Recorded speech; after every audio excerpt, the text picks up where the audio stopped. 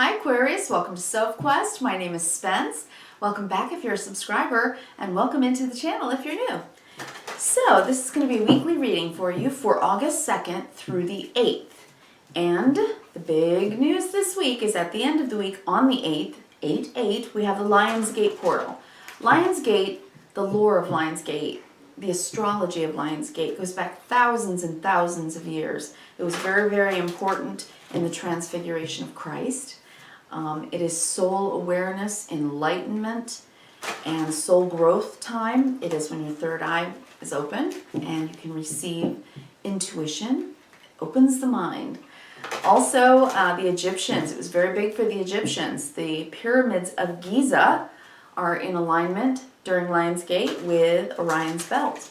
But it's really about the star Sirius. Sirius is lower and the brighter star that you see when you look at Orion's belt, and you can see it. It's very, very bright. So Lionsgate is when Sirius is in alignment with the earth and the sun, and it brings in kind of solar rays that are very ionic, very, very high vibe. So it's a very auspicious time, and Aquarius, I think this is a huge time for you. I started talking about it with you last week, because last week we had just had your first full moon in Aquarius at 1 degree, which was, of course, a culmination and ending of one thing, and then jumping right into your house 1 degree. And now we're in between space, right? Couple weeks. Lionsgate, which will happen at the end of this week. That's a new moon. And because Leo is your opposite axis, it's very often our partnership house. So something new, maybe for your partner coming in, or just coming in for you through some type of partnership. Could be work, could be just outside help, things coming in, something new. And then, of course, on the 22nd, we're going to have your second Aquarian full moon. You get 2 full moons in the span of 1 month. First degree, last degree, from 1 to 29 degrees. So this whole Leo season is absolutely encompassed in your energy, Aquarius. And that is a very strong planetary shift. And your planet, Uranus, is about the future. It's about, whoops, what did I do? It's about surprises, shock, awe, sometimes rebellion, very individualistic. It's about the individual in the collective. It's about freedom and the changes that we make in society, in the collective, in order for all of us to be equal, really. That's what your Aquarian energy is about. So that's why it's a futuristic sort of house, right? It's about making progress so that everyone is seen and heard and appreciated. Very cool energy that we're working in right now, especially for you, Aquarius. So I have a feeling new things have been happening to many in your life, and probably new things happening in your partner's life as well, if you're together with someone. So we'll see what comes out. Because of all that Aquarian energy, I chose the deck Sacred Rebels. This is by Alana Fairchild. It's gorgeous. I will read a portion of the message from the book for you. And I'm also using today the Fenestra Tarot. This is by Kshatriya. And I think you're going to enjoy those as well. So let's pull a card for you, Aquarius. You might want to circle that on your calendar. Lionsgate, 8/8, the new moon. New moons are always about beginnings. And of course, your 2 full moons are about wrapping up something and learning something brand new. An aha moment, a brilliant idea, a way of changing something in your life that really moves you forward. Big energy. Love it. All right, let's pull one from the Sacred Rebels for you, Aquarius. Just need 1 card, please, for Aquarius. Aquarius, too many. Aquarius, 1 card. There it is. Pandora's Gift. This is about opening up to the unknown. Wow, that's very cool. All right, we'll read that message in just a moment. While I am laying out your 9 cards, why don't you settle in with me?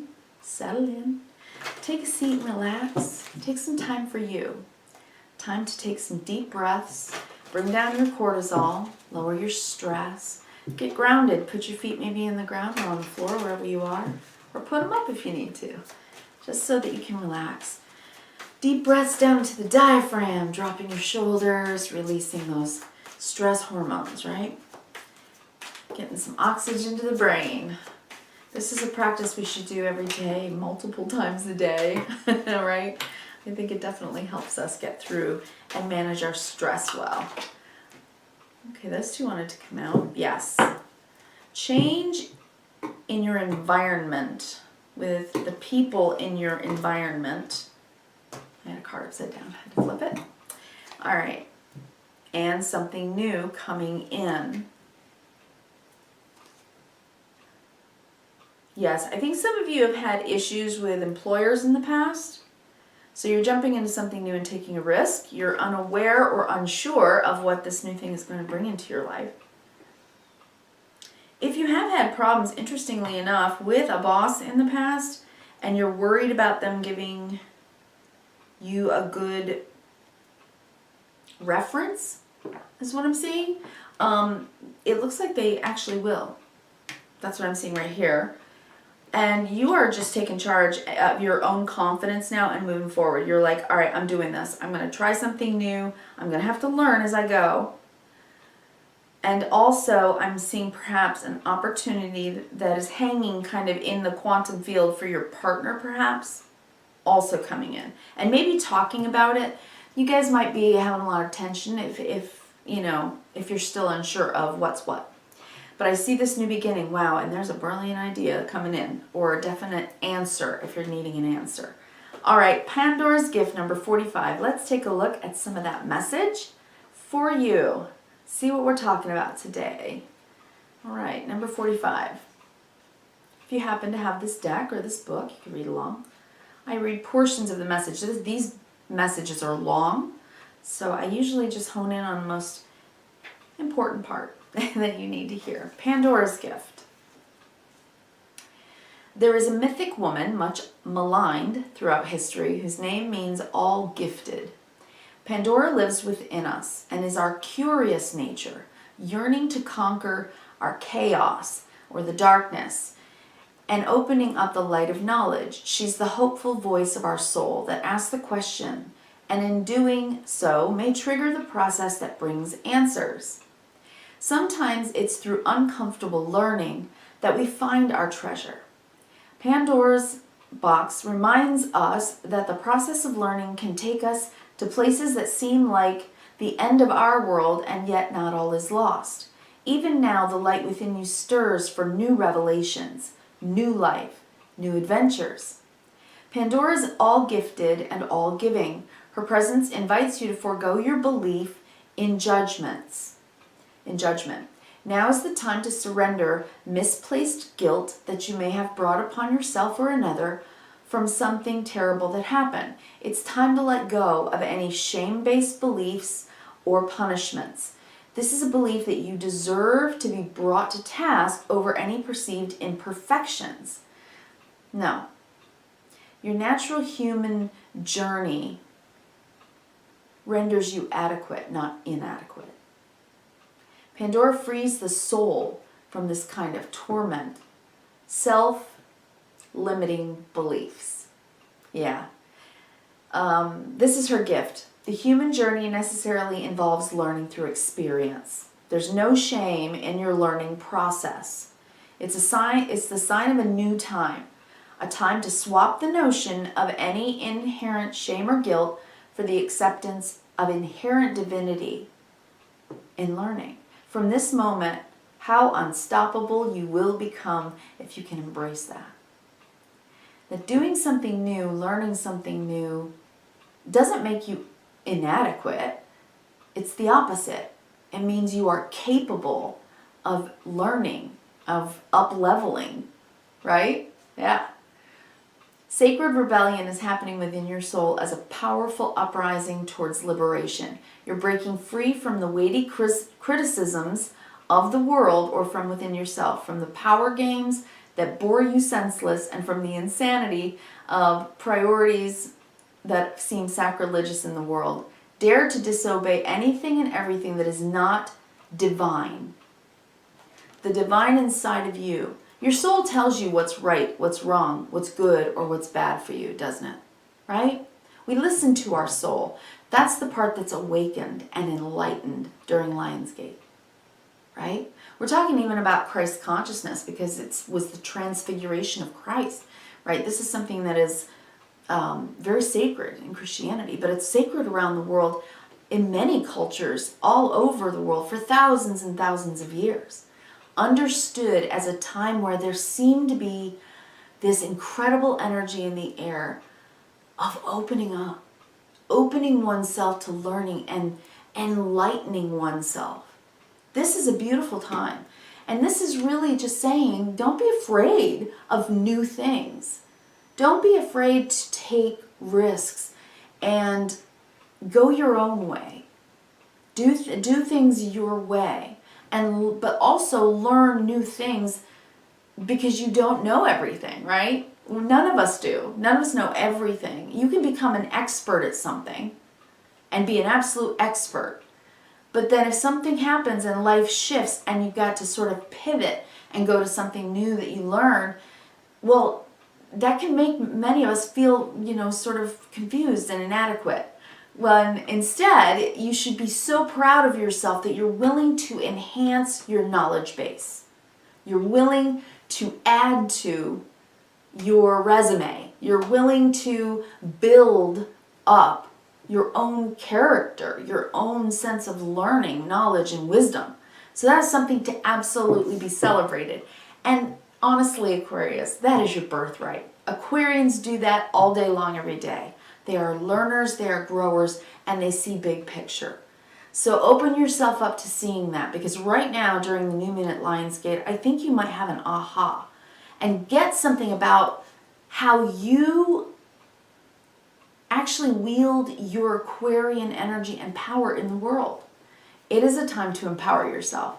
You have the Ace of Swords on the bottom of the deck. And the Ace of Swords is, I get it. Aha, I'm changing something. This is a new idea. It's a new way of doing something. It's something that changes the way you see. It changes the way you see the world. That is going to bring you into temperance. A feeling of peace and balance and healing. You know what? You know what I'm good at? You know what I'm able to do? I'm able to learn new things. I'm able to pivot. I'm able to add to my skill set.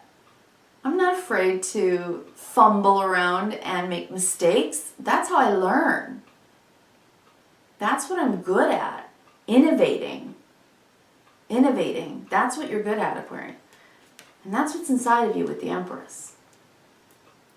Absolutely capable of learning new things. That's who you are, Aquarius.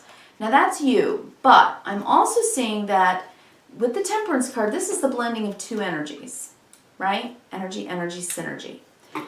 And in Temperance, we are able to do that. So if this actually represents someone in your life, they are growing as well. And there's something new for them. And I think it's saying, open yourself up to allowing the other people in your life to also go through the process of change and growth, of taking on a new thing, of learning something new. And because maybe you've just done that or you're doing that now, you can also encourage them to do that because of this Leo Aquarian axis. It doesn't mean that your partner is a Leo necessarily. It's just that Leo is your natural 7th house, your partnership house. So that's what's important. It's about the partnership house. And I think that that's what's happening. There's stuff happening for you. There's stuff happening for your partner. And it's new. And in the chaos of having to readjust, regroup, this new thing is a beautiful new thing that's going to grow. It starts with allowing the idea of change. Ace of Swords. I can change something. I want to change something. The first line, I've got the 5 of Wands, the Tower, and then the Ace of Pentacles. So it's like, whether it was you, your partner, or both of you, in situations with the people that just didn't fit for you. If it was a job, it was like the people or the situation, the chaos. It was just chaos. It wasn't a firm foundation for you to be in. So you're like, that's just not where I fit. So I'm going in a new direction. This is something solid, a new job, a new home. Maybe for some of you, if you're single, a new relationship. because the people in the past just weren't the right fit for you. That's okay. That's okay. No judgments. Everybody walks their own path. So whatever it is that broke down, that was sort of chaotic, the changeover, it does bring chaos, doesn't it, when we change? It does. Until we make order out of it. And that's what this is saying. You will. You'll make order out of it. You will have to learn something new. Whether this is you, your partner, or both of you, it's the process of change. It's the process of learning, of seeing it like if you get a new job and you have to sit in traffic and go a different direction, it could annoy you, right? You could be going, oh my gosh, I don't know if this is going to be good because now I'm in traffic 15 minutes longer than I used to be. Or I've got to move for a new job. Or I'm changing schools for my kids, and it's just chaos in the change part of it because you have to get used to change, right? It's something we need to adjust to. And so it feels like this at first, right? It feels a bit chaotic. But this is asking you to see it through the eyes of curiosity. This is different. Well, okay, I'll adjust. This is new. Oh, those are new people. This is a new way of looking at something. This is new stuff for you. But everything in life that comes into your path is a learning opportunity and a gift. One way or another, whether it's reason, season, or lifetime, there's a gift in it. It's meant for you. It's on your soul path. So even though it feels like chaos in the change, it's actually an opportunity for you in your life. So it's saying stay curious. Stay curious in the learning process. You are totally capable of finding your way, being at peace, learning and growing. Okay? Next line, Emperor. Then you start to feel empowered because you're starting something new and taking a risk with it. Because you went with your gut about it. These are major arcana cards. This is a big change for you. And the change, I'm pulling major arcana for almost everyone. I mean, you've got 4 major arcana cards on the table, which is very much about your stability, right? Home, hearth, food on the table. So that's changing, whatever that is, whether you've moved or found new jobs. I have the Empress under the deck, and I have the Emperor on the table here. So I'm definitely seeing some changing things happening in relationships for people, new jobs, new ways of doing things, new schedules. Yes. So then Page of Cups. Be nice to yourself. Give yourself a break. It's okay. The learning process requires change. And this is just saying stay curious instead of getting flustered in the change. Queen of Wands. Keep yourself in the state of feeling inspired, excited about the change, the results of what the change will bring, and stay learning. The Knight of Swords takes his sword moving forward. That is communication, learning, curiosity. This whole message is about you staying confident through the change. Okay? It may look like chaos, but it's actually bringing order into your life when something brand new shows up and you got to learn how to do what you're doing. Right? All right, Aquarius. If you like my readings, please give me a thumb up and subscribe. If you would, smash the bell. I'll be here for you next week. I am every week with 12 readings for each of the zodiac signs. If you're interested in your sun, moon, rising, Venus, all of those readings, you can find them in my weekly readings playlist. Hopefully click up there and you'll find it. All right, and I'll talk to you again next week. Have a good week. Thank you so much. Kindness, reverence, gratitude.